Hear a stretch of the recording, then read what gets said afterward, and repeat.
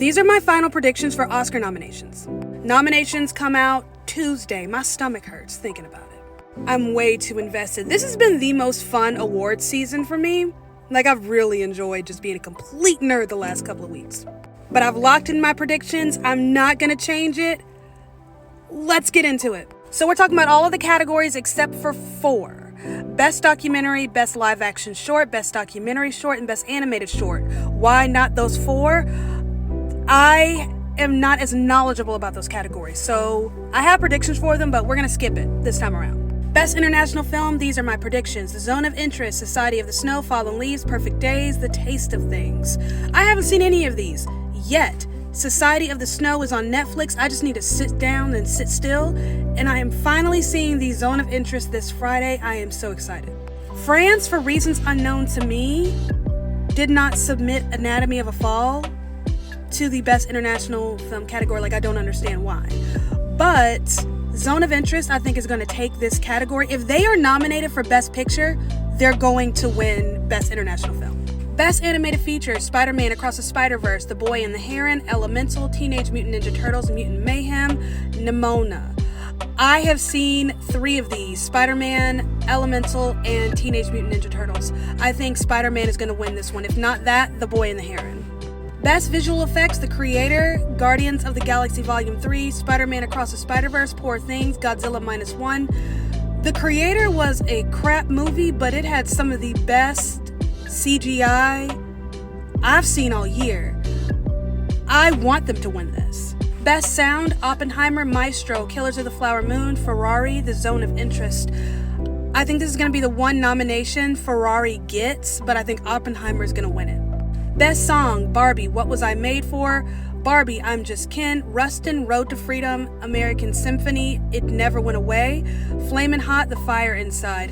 What Was I Made For? Billie Eilish and Phineas has been the favorite since the summer. However, I'm Just Ken won at the Critics' Choice Awards.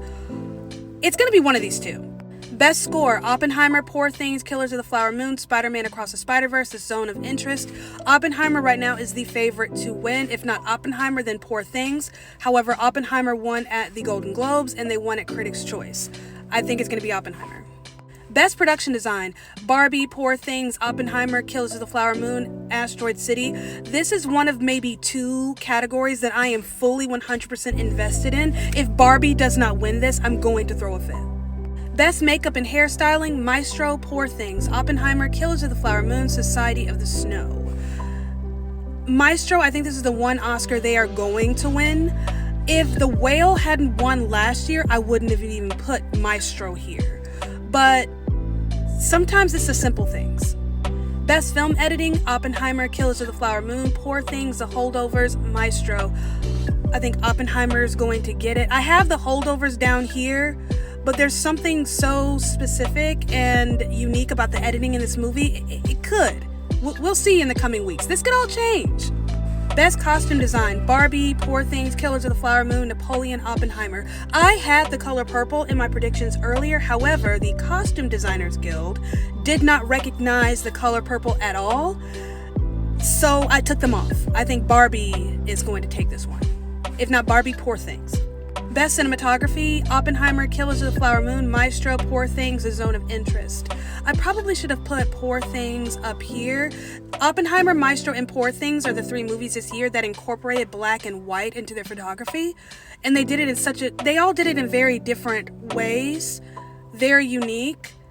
I think these are your top 3, but I think there's something special about Rodrigo Prieto's style. I'm a bit biased, honestly, but I think Oppenheimer. Best Original Screenplay, Anatomy of a Fall, The Holdovers, Past Lives, Maestro, May, December. I had The Holdovers, predicted to win, but Anatomy of a Fall won Best Screenplay at the Golden Globes. I'm not sure who won at the Critics' Choice Awards. I'd have to double check. But I think Anatomy of a Fall has a shot to win this here. It's a beautiful script. It's great writing. It's excellent. It's just a good movie. Best Adapted Screenplay, Oppenheimer, Barbie, Killers of the Flower Moon, Poor Things, American Fiction. Oppenheimer.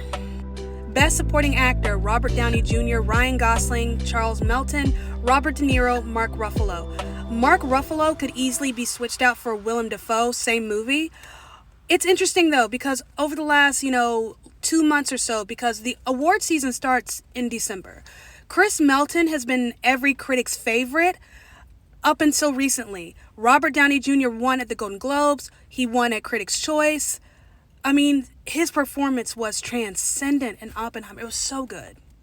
Best Supporting Actress, Divine Joy Randolph from The Holdovers, Emily Blunt from Oppenheimer, Jodie Foster for Nyad, Julianne Moore for May December, Danielle Brooks, The Color Purple. I think this is the weakest acting category out of the 4. There really isn't a whole lot here.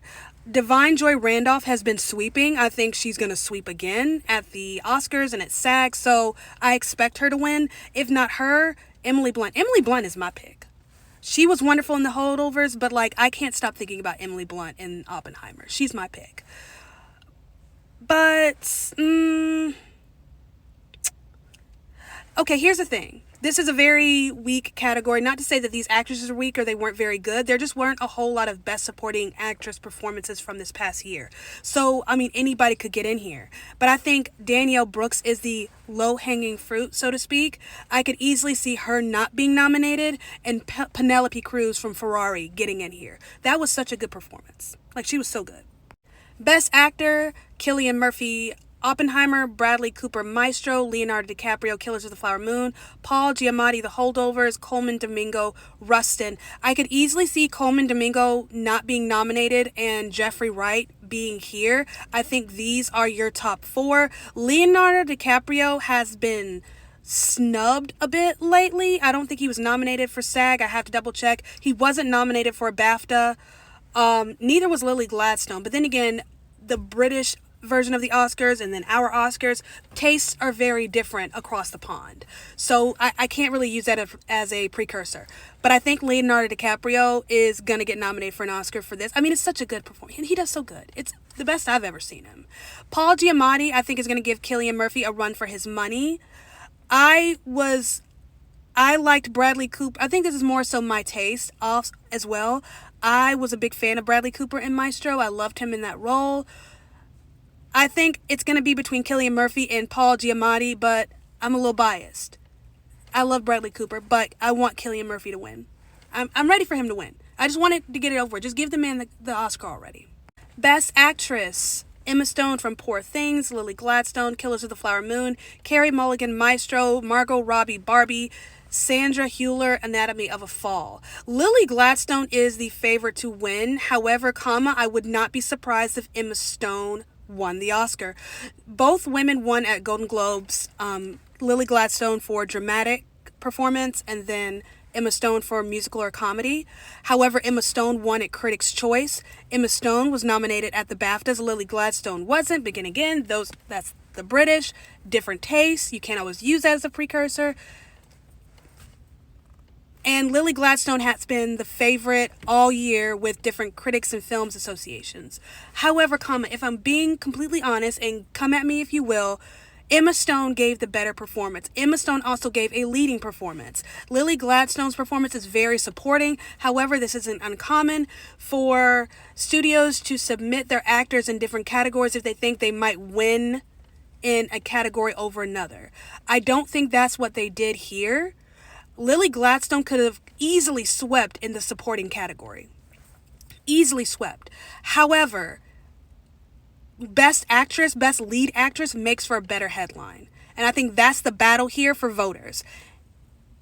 Emma Stone gives a better performance, but Lily Gladstone makes for a better headline. It's all about politics.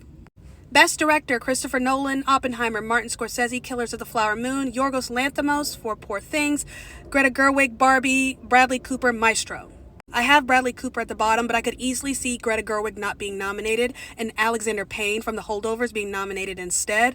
But they had an all-male directors category last year. I don't think they'll do that again this year. Anyways, Christopher Nolan's going to win it. And these are my predictions for Best Picture. You can read. I've had this list set since December, and this is the exact nomination list for the Producers Guild of America. I'm proud of myself. I'm a little too excited for Tuesday. A little too excited.